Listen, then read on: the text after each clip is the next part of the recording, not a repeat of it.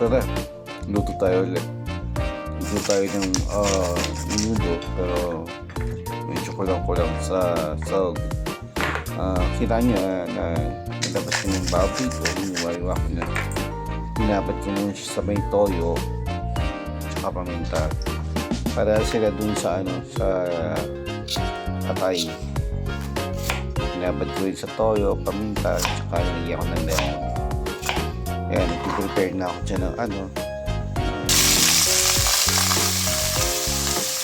patatas at yung carrots.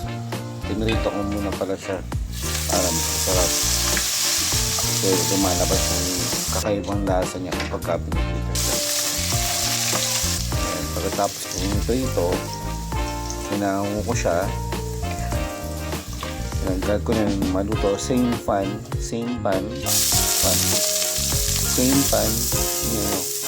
magbisa ko ng bawang sibuyas.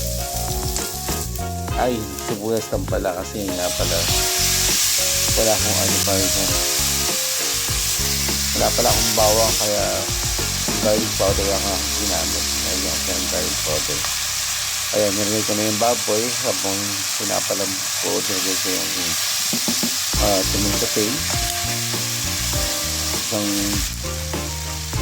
isang maliit na box ng tomato paste na nilagay ko. Tapos nilagay ko ng dressing, ng toyo,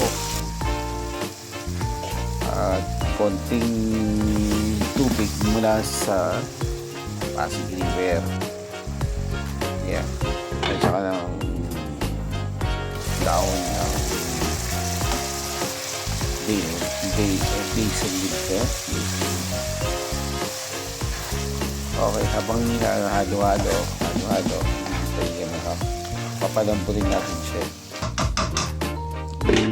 May gusto lang natin yan habang natin. Lakpad na muna, siguro mga 10-5 minutes yan. Gusto ko kasi malambot yung baboy para masarap kainin sa pag-akas. Kasi minukuya pa. Medyo natuyo, nilagyan ko siya ng tubig, takip ulit, hintay pakulo, adjust ng konti, nilagyan ko siya ng patis, so parang matabang sa tingin ko. Tapos paminta ulit.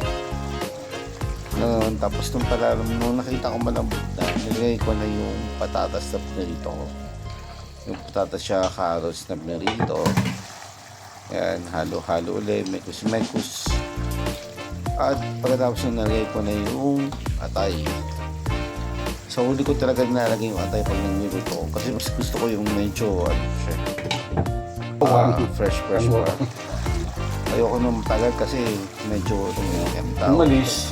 Umukunat yung last ng texture niya. Ayan, pagkatapos ko sa puluan, nalagyan ko siya ng cheese. Kasi nung nahirap ako yung cheese sa ref namin. Nalagyan ko ng cheese, nalagyan ko ng patis. Basta in-adjust ko lang siya doon sa panlasa nyo. Alam niyo naman yun kung ano yung magandang panlasa sa inyo. Nalagyan ko siya ng asin.